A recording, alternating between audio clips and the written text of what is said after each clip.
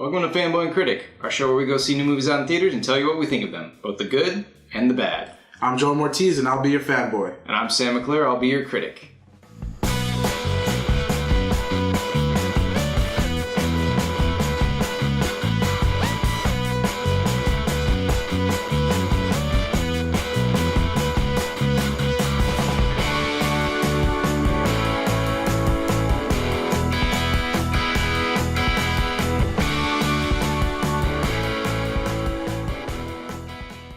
This week of Fanboy and Critic, we got to watch the movie Logan, directed by James Mangold, starring Hugh Jackman, Patrick Stewart, and Boyd Holbrook.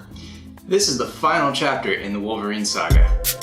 I'm just surprised this movie was so successful with the least amount of action. You know me, I'm an action guy. There wasn't that much, but I think I was just so sucked in to figure out what's going to happen. There was a decent amount of action. Maybe, but it was spread out. Yeah, it was spread out. And they took a good 45 minutes after the last action. Act 2 action to the Act 3 action. There's a big long section where Laura and Wolverine kind of like, after Professor X dies, Laura and Wolverine sort of get into closer. This bonding situation. She finally opens up and she speaks Spanish. You know I don't speak Spanish. I think it was the right move to make it rated R. I don't know if you think they'll lose fans because they can't go see it, but Wolverine deserves a rated R movie because he's the beast. Yep. He's gonna say all the time, and Professor X sprays all the F-bombs, which is awesome. And Laura was crazy for a little kid. Yeah, she was crazy. I think if they weren't dropping the F-bomb all the time, I think this would have been PG-13 despite all the violence. Yeah. Which is crazy, because they do like make a funny comment about it. Logan makes a funny comment where he's like, oh, she can do all this crazy violence and stuff, but she can't hear a few F-words, which is like a commentary on the MPAA, where they let all this violence slide, but you say the word and rated R. So tell me what you think about the villain in this one. Well, I'm kind of confused at who the villain was supposed to be, because they switch villains a couple times, which is not super great storytelling, but it starts off as Boyd Holbrook, who's not really anything except for a guy with like a mechanical hand. That has no strength, or didn't show if it had any strength or laser beams or anything out of it either. He didn't really use it, did he? Not really. But then they switched up in the middle to the other Wolverine, but there's also like this old guy that's like part of the Weapon X program. Yeah. And the new Wolverine is cool. Like, I mean, how else are you gonna beat Wolverine without Wolverine? Yeah. But he was a lot more badass. He's just younger. He was tearing him up. I felt so bad for him when he was just taking. But when he went to the doctor and he had like all that, I was like, oh my god. And it makes you. I felt so sad to see him like not be able to just heal. Yeah. He actually had a wound there. And well, what do you think about that? Like, I don't understand maybe as much as you the Wolverine lore. Like, is this supposed to happen where eventually he loses his powers? Like, that's what I didn't like about the storytelling. I mean, you're kind of right. I feel like they left us like. They left us out a little bit. They didn't really say why he was getting weak. I understand he's old, but they didn't explain exactly why or what was really killing him. Yeah, I mean, as fans, saying, like something inside of him. As comic book fans, we know. I mean, he has cancer and things like that, but they never tell you anything. But you see, like from the beginning, he has scars all over him, so obviously he's not healing perfectly like he used to. And but it's weird. I don't think I've ever seen a superhero movie where they had this much vulnerability. Yeah. Like Wolverine is dying from something inside of him that we don't really know about. Professor X has dementia, and like that's his whole power is his brain. And then like that becomes super an obstacle for them to overcome. And I think that's why I love this movie so much. You're seeing like one of the best superheroes in the X-Men. You got Professor X and Wolverine, and they're so vulnerable. Iceman fans out there, all the way. But yeah, to see these two iconic characters be so vulnerable, especially Professor X. I mean, you think he's just a total badass, but you know they give him something any human can have. I think Professor X is a total badass. He's in the wheelchair like the entire X-Men series. Exactly, and he hasn't died. He's the only one alive, him and Logan. That's how you know he's a badass. Like the whole X-Men timeline is super messed up. Like it doesn't make any sense anymore. So I think they're just making movies and they're just like, okay, here's the world that exists, and there's like 17 different timelines. Speaking of the world, I really like the setting. They didn't over-exaggerate the future. It was 2029. There wasn't crazy buildings, flying buildings. I mean, there were self-driving freight line trucks on the freeway. I mean, but those are already kind of like on the way. That's what I'm saying. So, like, they didn't exaggerate it. They just made the future just seem like kind of shitty, which is basically, I think, what the future always is. It's just kind of shittier than it is now. It kind of reminded me of, the old 90s X-Men little cartoon animated series. Wolverine! Tell Cyclops I made him a convertible.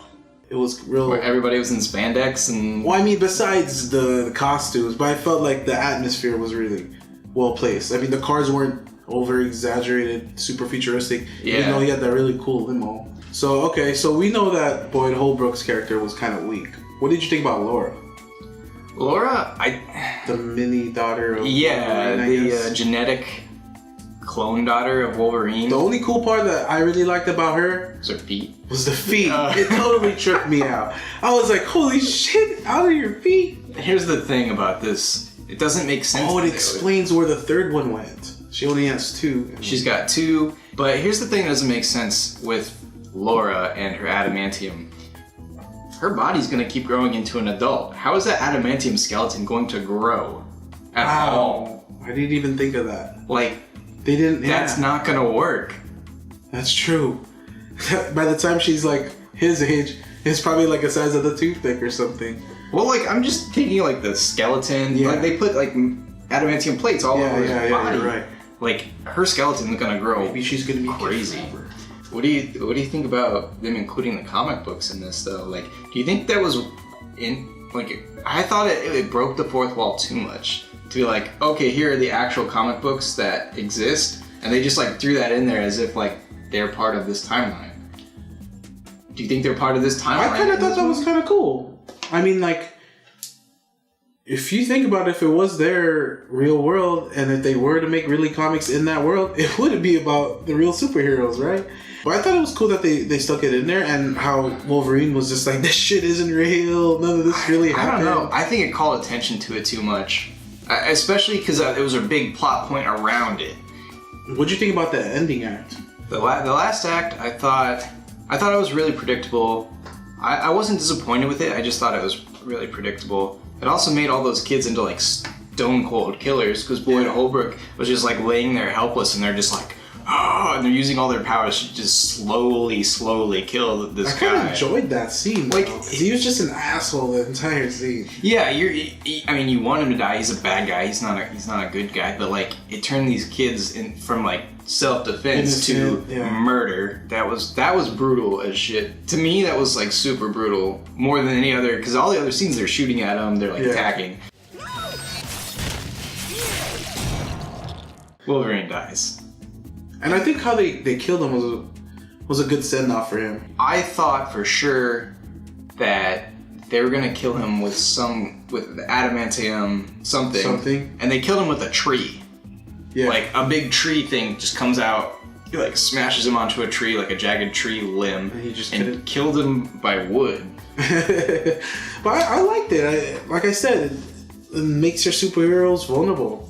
And then at the very end, they had a little. I didn't like her little eulogy at the end where she was just saying lines from a movie. Yeah, I thought that was. At first, I didn't realize what was going on, and then. Which means they had to set it up front, which was not that interesting to watch, and that like they could have just had her say a few things, and it would have been much more impactful. I guess they wanted to make her look. When they took out the cross and made it into an X, I was like, yeah, that was cool. Alright, fanboys, I just want to thank you all for watching. Make sure you like, subscribe, and comment below. Tell me what you thought about the movie and our review. Next week, we go see Kong Skull Island.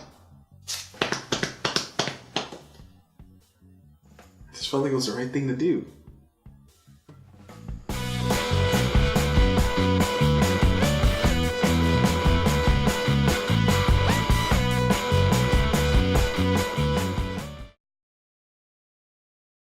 You picked the wrong girl to adopt. This kid's crying. Do something. I'm here to stop a wedding. Where's that blasted salami? I can smell it. Ah, all it needs is slicing. I hope you're into recycling.